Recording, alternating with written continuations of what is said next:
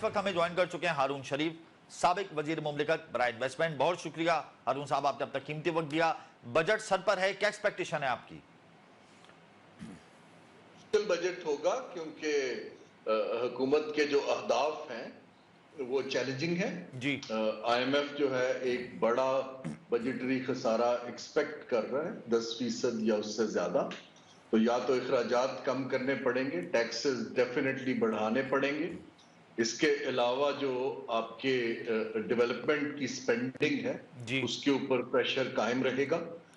शरह सूद जो है, जो हमारा सबसे बड़ा इशू डेट स्ट्रेस है, खास तौर पे जो हमारा डोमेस्टिक कर्जा हुकूमत ने लिया हुआ है उसके ऊपर प्रेशर रहेगा, क्योंकि वो आप 22-23% पे कर रहे हैं। इवन इफ शरह सूद अगर 100-200 पॉइंट नीचे भी चली जाए तो वो आपका कम नहीं होगा। तो अखराजात पे प्रेशर रहेगा। इसकी सियासी कॉनोटेशन भी है और आम आदमी की जो जिंदगी है, क्योंकि डिस्पाइट मैक्रो इकोनॉमी के ऊपर कुछ पॉजिटिव खबरें हैं, हमारा जो बैरूनी खसारा है उसमें कुछ कमी है, सरप्लस है।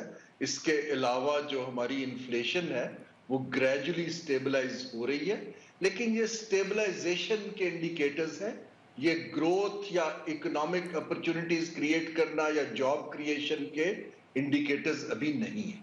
तो ग्रोथ इंडिकेटर्स को इंप्रूव करने के लिए कौन से इकदाम उठाने चाहिए इस बजट में? जी, पहली चीज तो ये है कि जब हम अगर स्टेबलाइजेशन पे कायम रहना चाहिए, अक्सर होता यह है कि हमारे थोड़े से रिजर्व्स बढ़ते हैं तो हम सियासी प्रेशर में आके फिर उनको डोल आउट करना शुरू कर देते हैं। एक तो हमें स्टेबलाइजेशन को कायम रखना है। दूसरी चीज जो इकोनॉमिक ग्रोथ का रिवाइवल है, क्योंकि 2% ग्रोथ इतनी आबादी को केटर नहीं कर सकती है, हमें तो 7% चाहिए। तो अब IMF, यहां एक मैं चीज को बड़ी अहम, इसको गौर से सुनने की बात है जी जी, कि IMF के फ्रेमवर्क के अंदर हमारी कैपेबिलिटी क्या है कि हम 3 या 4 तरजीही सेक्टर्स को निगोशिएट करके उनको हम मराहत दे सकें, और उन सेक्टर्स के अंदर जैसे ज़राअत है, IT है, जहां पर नौजवानों को रोजगार दे सकें, सस्ता कर्जा दे सकें, टैक्स पेयर के पैसे से नहीं, बैंकिंग सिस्टम से ही जी। लेकिन वो सेक्टर्स ताकि जिनमें एक्सपेंशन जल्दी मुतवक्को है।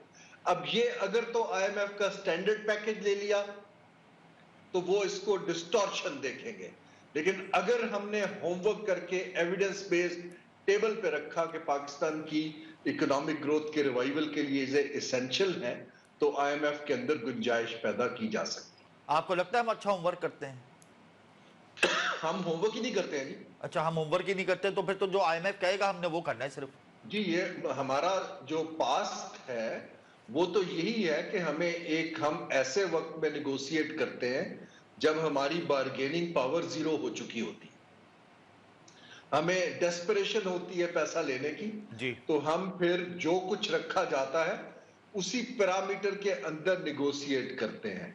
जो विजडम है मुल्कों की वो ये है कि आप एक मेन्यू ऑफ ऑप्शन पे होमवर्क करके रखते हैं, उसको IMF से निगोशिएट करते हैं और अपने अवाम के लिए फिर एक बेहतर रास्ता निकालते हैं। मैं तवक्को करता हूं नई टीम से कि उन्होंने गालिबन कोई होमवर्क किया होगा। हिस्टोरिकली मैंने पिछले 10-15 साल में कोई सीरियस होमवर्क नहीं देखा।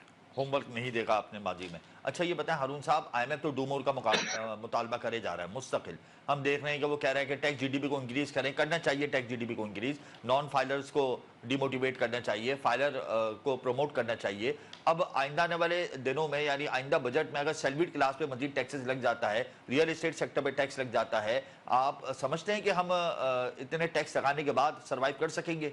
वैसे टैक्स की चोरी हो रही है जी। जो तो एग्जिस्टिंग टैक्स पेयर पे अगर मजीद टैक्स लगता है वो ज्यादती है, क्योंकि ऑलरेडी सैलरी तबका और इंडस्ट्री की कॉस्ट ऑफ डूइंग बिजनेस और कॉस्ट ऑफ लिविंग इतनी हाई हो चुकी है कि वो तो बिल्कुल ज्यादती है और वो डिसइंसेंटिव क्रिएट करेगी।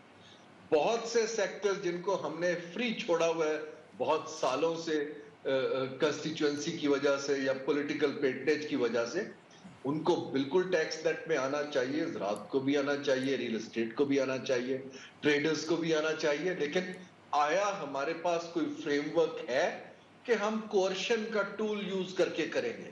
देखिए ना, इनको अगर लाना है तो आपके पास डेटा होनी चाहिए, डॉक्यूमेंटेशन होनी चाहिए, रेगुलेशन के आपके पास फ्रेमवर्क होना चाहिए। तो जब तक वो नहीं बनता तब तक तो फिर कोर्शन ही है कि आपने आईडी कार्ड के साथ लगा दिया, पेट्रोल के बिल के साथ लगा दिया, इनडायरेक्ट कहीं से पकड़ लिया। वो चलना मुश्किल दिखाई देता है, क्योंकि जब इकोनॉमी रिसेशन में होती है जी। तो फिर लोग इसके ऊपर रिएक्ट करते हैं।